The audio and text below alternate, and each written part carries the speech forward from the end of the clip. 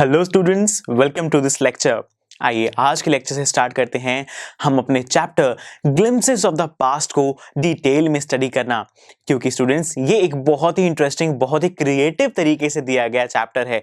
बिल्कुल जैसे हम कॉमिक्स पढ़ते हैं उसी तरीके से हमें ये चैप्टर गिवन है, लेकिन साथ ही साथ इस चैप्टर के अंदर जो कंटेंट है, यानी कि जो चीज़ें हमें बताई गई हैं वो ऐसी चीज़ें हैं, वो ऐसा पास्ट है हमारे ही देश का जिसे याद करना बिल्कुल अच्छा नहीं लगता, क्योंकि उस समय जो मुसीबतों का सामना हमारे पूर्वजों को करना पड़ा, हमारे एंसेस्टर्स को करना पड़ा, इतनी ज्यादा गुलामी का सामना करना पड़ा, वो एक ऐसी चीज थी, एक ऐसा समय था जिसे याद करना बिल्कुल भी अच्छा नहीं लगता। लेकिन साथ ही साथ हमें उस समय के बारे में जानना बहुत जरूरी है, ताकि हमारे एंसेस्टर्स ने जो कुछ गलतियां की, जिसकी वजह से ब्रिटिश जो थे वो हमारे ऊपर राज कर पाए इतने सालों तक, जिसकी वजह से ब्रिटिश को हमारे ऊपर धावा बोलने के लिए हमने ही उनके हाथ में कुछ ऐसे वेपन्स दे दिए, जिसकी वजह से ब्रिटिश हमारे ऊपर इतने सालों तक राज करते रहे।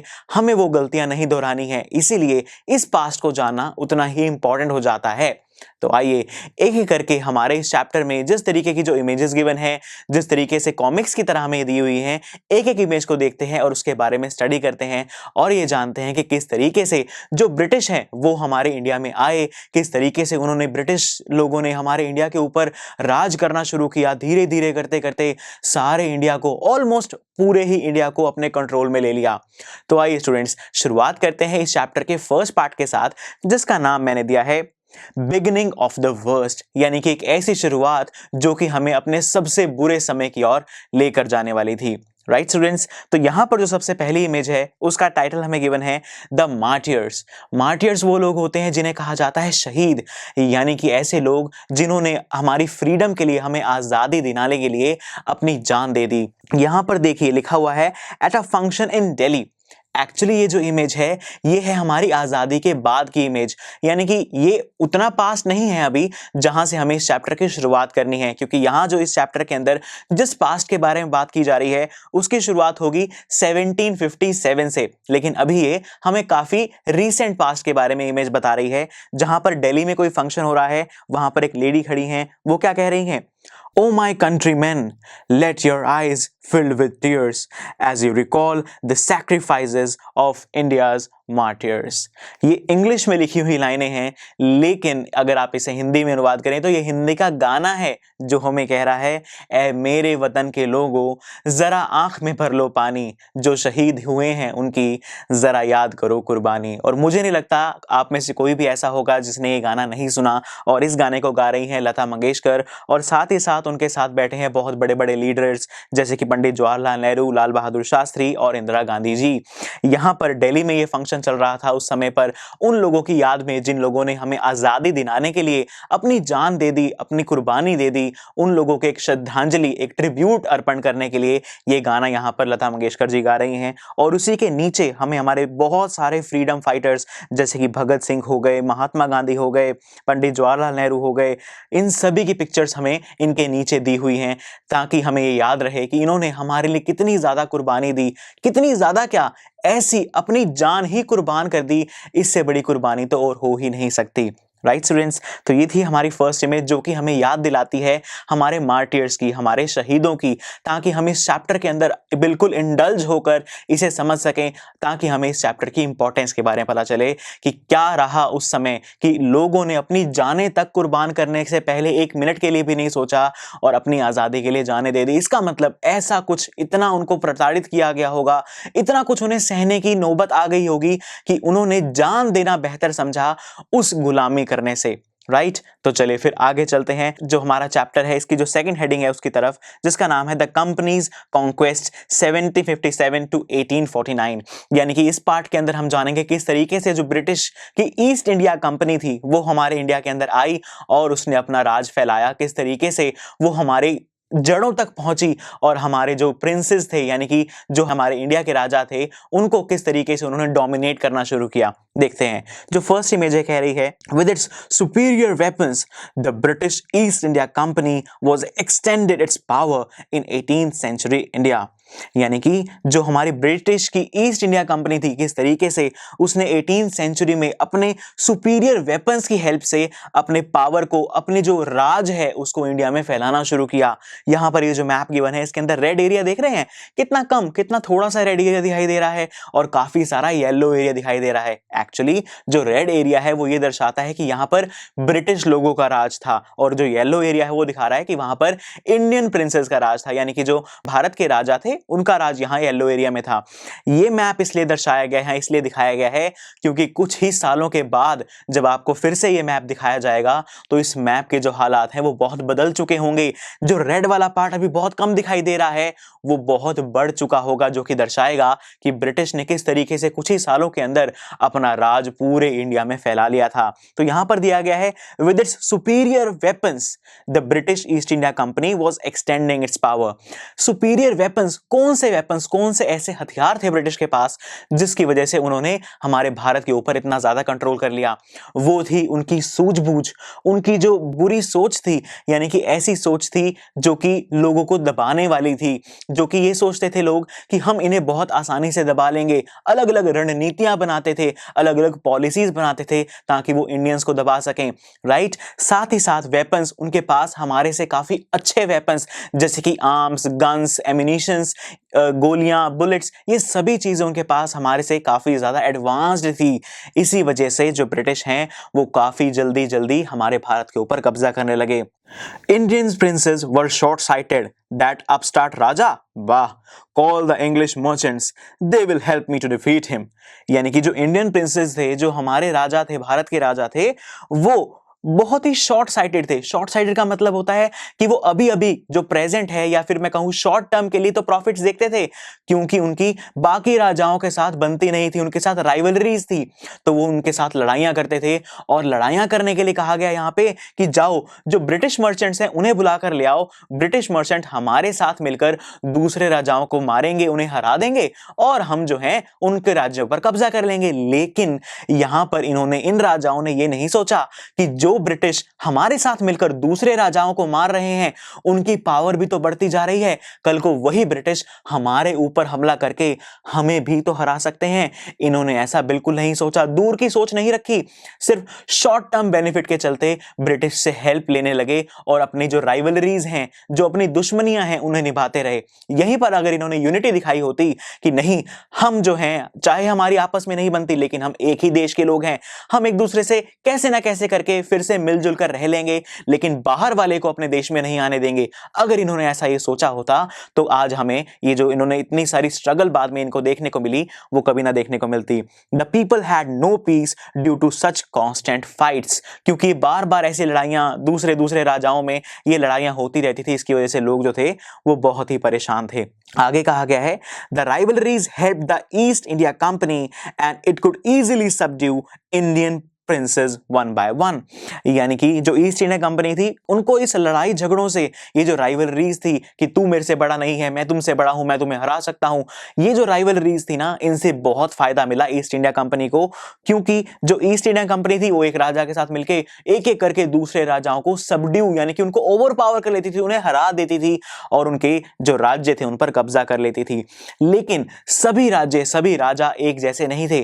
कुछ राजा ऐसे भी थे जो बहुत समझदार थे, जिन्होंने दूर की सोच रखी, जिन्होंने देख लिया कि हाँ, ये जो ब्रिटिश हैं ये फॉरेनर्स हैं, कल को ये हमारे ऊपर भी हमला कर सकते हैं। A far seeing ruler like the brave Tipu of Mysore fought the British till died fighting.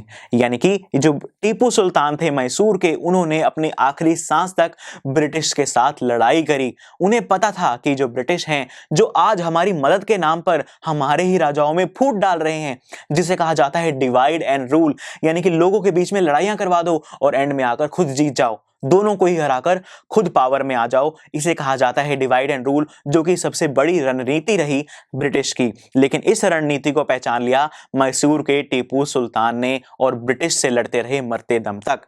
अब इसके बाद बताया गया है कि इस समय पर जो लोग हैं, जो प्रजा है, राइट, वो किस तरीके से, उनकी क्या सोच रही। एक्चुअली उस टाइम की जो प्रजा थी उनमें बहुत सारे लोग थे और उनके अलग अलग ओपिनियंस थे। कुछ लोग ऐसे थे जो कि मानते थे कि ब्रिटिश ठीक है, कुछ लोग ऐसे हैं जो कि मानते थे कि नहीं, ब्रिटिश जो है वो फॉरेनर्स हैं, वो हमें गुलामी करवाएंगे। तो देखते हैं क्या कह रहे हैं ये लोग। Thank God, there is peace in the country now. No more wars and no looting by thugs. एक इंसान यहाँ पर कह रहा है कि अरे वाह बहुत अच्छा है, शुक्र है भगवान का, अब लड़ाइयाँ नहीं हो रही, अब जो ब्रिटिश हैं वो हमें लूटने नहीं आते, जो थग्स हैं, जो लुटेरे होते थे, जो हमें लूट लेते थे, वो लूटने नहीं आ रहे। It is God who sent the British, भगवान ने ब्रिटिश लोगों को भेजा है। Are destiny is linked with them, हमारी जो किस्मत है वो ब्रिटिश के साथ जुड़ी हुई है। यानी कि ये कुछ ऐसे लोग हैं, एक ऐसी क्लास ऑफ पीपल है जो कि ब्रिटिश के साथ है, यानी कि ब्रिटिश के बारे में सोच रही है कि हाँ ब्रिटिश जो कर रहे हैं वो अच्छा कर रहे हैं। जबकि कुछ लोग कह रहे हैं the white man has killed और डीथ्रोन्ड आवर किंग्स, जो व्हाइट लोग हैं, जो गोरे लोग हैं, उन्होंने हमारे लोगों को, हमारे राजाओं को मार दिया है, उनसे उनका राज्य हड़प लिया है। Now we have become slaves of foreigners, हम दूसरे जो फॉरेनर्स हैं, जो दूसरे देशों से आए हैं, हम उनके गुलाम बनकर रह गए हैं। Some kings were not good but after all they were of this land, भले ही कुछ राजा अच्छे नहीं थे लेकिन आखिर वो थे तो हमारी जमीन के, वो हमारे दुख दर्द समझते थे। लेकिन ये तो फॉरेनर्स हैं, ये तो सिर्फ अपना भला चाहते हैं, हमारा इनसे कोई लेन देन नहीं है, यानी कि ये हमारे बारे में कुछ नहीं सोचेंगे। कल को अगर ये पावर में आ गए तो ये हमें तो गुलाम बनाकर रखेंगे, और ये सोच बिल्कुल ठीक थी। राइट स्टूडेंट्स, इसके बाद ये तो हमारा इनिशियल फेज रहा, शुरुआती जो चीजें चल रही हैं कि कैसे जो ब्रिटिश ईस्ट इंडिया कंपनी है उन्होंने कैसे हमारे ऊपर राज किया, किस तरीके से हमारे ही लोगों ने, हमारे ही राजाओं ने शॉर्ट साइटेडनेस, मतलब बिल्कुल पास की चीजें देखी कि हाँ अभी तो फायदा हो रहा है, बाद की बात में देखी जाएगी, दूर की सोच नहीं रखी। इसकी वजह से ईस्ट इंडिया कंपनी को अपने पैर फैलाने की जगह मिल गई हमारे भारत में। इसके बाद कहा गया है द ब्रिटिश रूल, अब फाइनली जो ब्रिटिश हैं वो हमारे ऊपर रूल करना चालू हो चुके थे फ्रॉम 1765 टू 1836। कहा गया है religious leaders preached ideas like untouchability and child marriage. तो यहां पर जो रिलीजियस क्या होता है कि हमारे इंडिया में, हमारी जो कंट्री है इंडिया, वो एक रिलीजियस कंट्री है, राइट। यहां पर रिलीजन को बहुत ज्यादा अहमियत दी जाती है, जो रिलीजन हमें कहेगा, जो हमारा धर्म कहेगा वही हम करेंगे। और पुराने जमाने में तो बहुत ज्यादा अहमियत दी जाती थी रिलीजन को। तो ये जो रिलीजन वाले लोग होते थे, यानी कि जो पंडित और ये सब लोग थे, ये कैसे आइडियाज फैला रहे थे, कैसे आइडियाज को प्रीच कर रहे थे, जैसे कि अनटचेबिलिटी एंड चाइल्ड मैरिज, यानी कि छुआछूत की जो हमारी प्रथा रही कि ये लोग जो है वो निचली जाति के हैं, ये लोग उचली जाति के हैं, तो नीची जाति वाले लोग ऊंची जाति वाले लोगों से मिलेंगे नहीं, उनको हाथ नहीं लगा सकते, उनके घर में नहीं जा सकते, मंदिरों में नहीं जा सकते, टेंपल्स में नहीं एंटर कर सकते। तो ये सब चीजें अनटचेबिलिटी में आती हैं। और चाइल्ड मैरिज को समझाने की तो मुझे जरूरत ही नहीं है। Anyone who crosses the seas loses his religion, यहां पर लोग कह रहे हैं, पंडित कह रहे हैं कि जो भी समुद्र को पार करेगा अपना रिलीजन वो खो देगा। भला ये किसी भी लॉजिक से ठीक लग रहा है? कोई लॉजिकल बात है? समुद्र क्रॉस करो तो अपना रिलीजन तुम खो दोगे? सेंसलेस बातें कर रहे हैं यहाँ पे। All the misery in the world is due to women, यहाँ पर लोगों की जो मेंटालिटी है, जो छोटी सोच है, वो दर्शाई जा रही है कि उस समय पे जो लोग थे उनकी सोच कितनी छोटी थी, क्योंकि उस समय पर इतनी एजुकेशन प्रेवेलेंट नहीं थी, लोग पढ़े लिखे नहीं थे। तो लोग ये सोचते थे कि अनटचेबिलिटी ठीक है, चाइल्ड लेबर ठीक है, चाइल्ड मैरिज ठीक है, और साथ ही साथ जो दुनिया में जितने भी दुख हैं वो विमेन की वजह से। देखिए कितनी इलॉजिकल सी सोच है। The truth was that Indians had lost their self-respect. The British scorned them. यहां पर अब क्या हो रहा था कि सब लोग बस क्या कर रहे थे, क्या चाह रहे थे, जो ब्रिटिश कर रहे हैं वो ठीक है, जो वो कहेंगे हम मान लेंगे, क्योंकि ब्रिटिश इतने पावरफुल थे कि वो कहते थे अगर तुमने हमारा कहना नहीं माना तो हम तुम्हें जेल में डाल देंगे, राइट। अब जेल में जाने से हर कोई डरता था, इसलिए वो जो कुछ कहते थे वो बस बिना कुछ कहे, बिना कुछ सोचे समझे उसकी बात मान लेते थे। यहां पर एक ब्रिटिश आदमी बैठा हुआ कह रहा है the natives are unworthy of trust, incapable of honesty. और साथ ही साथ वहां पर एक इंडियन खड़ा हुआ है, इंडियन के बारे में ही बुराई की जा रही है कि जो इंडियन लोग हैं वो तो अनवर्दी ऑफ ट्रस्ट हैं, उन पर ट्रस्ट नहीं किया जा सकता, ना ही वो ऑनेस्ट हैं। साथ ही साथ पीछे ही इंडियन खड़ा है और देखिए वो इस बात को मना नहीं कर रहा, लड़ नहीं रहा कि तुम इंडियंस के बारे में ऐसा कैसे कह रहे हो। देखिए क्या कह रहा है, true your honour but I am honest, कहता है आप तो बिल्कुल ठीक कह रहे हैं लेकिन मैं बिल्कुल सच्चा हूं। देखिए यहां पर कितनी वही बात हो गई ना कि इंडियंस अपनी सेल्फ रिस्पेक्ट को खो चुके थे, कोई सेल्फ रिस्पेक्ट बाकी नहीं थी। इंडियंस के बारे में ही बुराई की जा रही है, वहीं पर कह रहा है हाँ हाँ आप बिल्कुल ठीक कह रहे हैं लेकिन मैं तो सच्चा हूं, अपने आप को क्लियर कर लिया, लेकिन इंडियंस के बारे में जो बुराइयां की जा रही हैं उनको सुन लिया सब कुछ। Being merchants, the British wanted quick profits. Their heavy taxes forced farmers to abandon their fields. यानी कि यहाँ पर क्या हो रहा है कि ब्रिटिश जो है ऑब्वियसली वो मर्चेंट्स थे। मर्चेंट्स क्या थे? वो बहरूपीय थे। हमारे यहाँ पर आए थे व्यापार करने और हमारी आज़ादी चुरा कर ले गए। राइट स्टूडेंट्स, तो ये तो ऐसे बहरूपीय थे जो कि मर्चेंट्स बनके, व्यापारी बनकर यहाँ पर आए थे और व्यापारी वाला इनका दिमाग था। व्यापारी क्या सोचता है? जितना ज्यादा प्रॉफिट हो सके उतना प्रॉफिट मुझे चाहिए। तो ये क्या करते थे? हमारे जो इंडियन लोग हैं उनके ऊपर इतने ज्यादा टैक्सेस इन्होंने लगाने शुरू कर दिए कि वो लोग बेचारे अपने टैक्सेस पे ही नहीं कर पाते थे। साथ ही साथ नीचे देखिए क्या दिया हुआ है, but your men are taking all my crop, You are still in arrears. If you don't pay next week, I will send you to jail.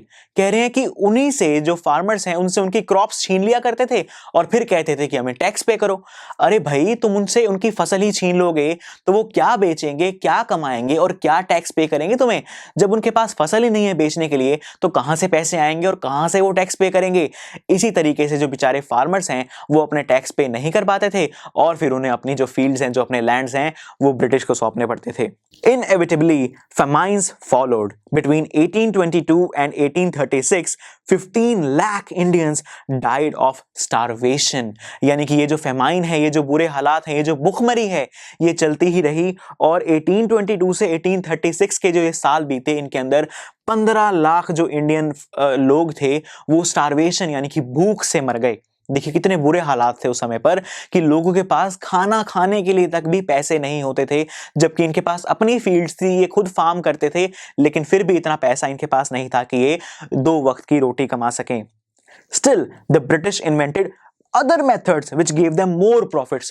इतने से ही इन ब्रिटिश का पेट नहीं भरा, इन्होंने और ऐसे मेथड्स निकाले जिनसे इन्हें और ज्यादा प्रॉफिट हो। क्या वो मेथड निकले? The goods manufactured in England should not have an import duty when brought into India.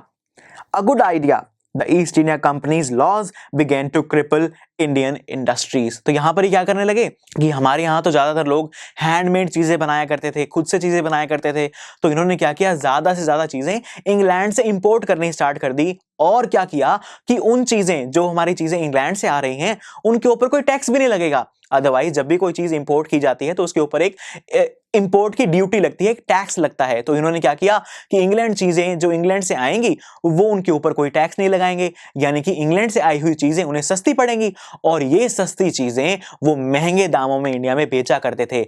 अब ये जो सस्ती चीजें थी, ये जो घटिया, या फिर मैं कहूं घटिया तो नहीं क्योंकि वो मशीन मेड थी, काफी ज्यादा क्वांटिटी में काफी जल्दी वो बनाकर लाते थे, घटिया तो नहीं थी वो चीजें, लेकिन इनसे इन्हें बहुत ज्यादा प्रॉफिट साथ में मिलने लगा। ये और ज्यादा लूटने लग गए इंडियंस को, क्योंकि देखिए ना, ये इंडियन चीजें अब बिक नहीं रही, बाहर से इंग्लैंड से चीजें आ रही हैं, वो चीजें मार्केट में बिक रही हैं। अब जो लोग इंडियन हैं, जो अपना सामान बेचकर पैसा कमाना चाहते हैं, वो लोग तो बेच नहीं पा रहे, उनके पास कोई पैसा नहीं आ रहा, इसलिए वो और गरीब होते जा रहे हैं और जो ब्रिटिश हैं वो और अमीर होते जा रहे हैं। The British policies ruined the expert artisans and their businesses. वही बात हुई कि जो एक्सपर्ट आर्टिसंस थे, यानी कि कलाकार लोग थे, जो कि अपने कला का इस्तेमाल करके बहुत सुंदर सुंदर डेकोरेटिव और यूजफुल आइटम्स बनाया करते थे, उनका जो बिजनेस है वो बिल्कुल ठप हो गया। क्योंकि ये लोग क्या करते थे, उनके ऊपर बहुत बड़े बड़े टैक्सेस लगा देते थे।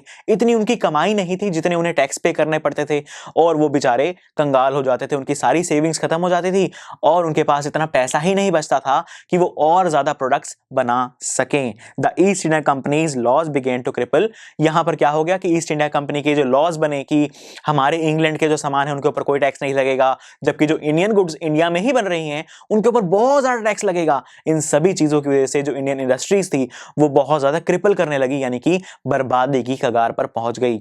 स्टूडेंट्स, ये था कुछ ऐसा सिनेरियो जो हमें बताता है कि किस तरीके से ब्रिटिश ने हमारे इंडिया में एंटर किया, किस तरीके से हमारी ही एक छोटी सोच है, जो शॉर्ट साइटेडनेस है, उसकी वजह से हमने ही ब्रिटिश को ये मौका दिया कि आइए आप हमारे ऊपर राज कर लीजिए, और किस तरीके से उस राज करने का जो फायदा है वो ब्रिटिश ने अपने लॉज बना बनाकर उठाया।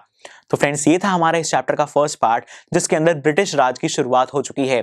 चलिए फिर अब मैं मिल दूंगा आपसे नेक्स्ट लेक्चर में, जहां पर हम इस चैप्टर के पार्ट 2 के बारे में बात करेंगे, जहां हम ये देखेंगे कि किस तरीके से फाइनली जब इतने सारे जो हमारे ऊपर जुल्म किए जा रहे थे, उन जुल्मों से परेशान होकर फाइनली लोग आगे बढ़ने लगे और ये बात फैलाने लगे कि ब्रिटिश हमारे लिए ठीक नहीं है, और किस तरीके से फाइनली हम उस लड़ाई तक पहुंचे जिसकी वजह से जो ब्रिटिश है उन्हें हार का सामना करना पड़ा। तो चलिए फिर मिलते हैं अगले लेक्चर में।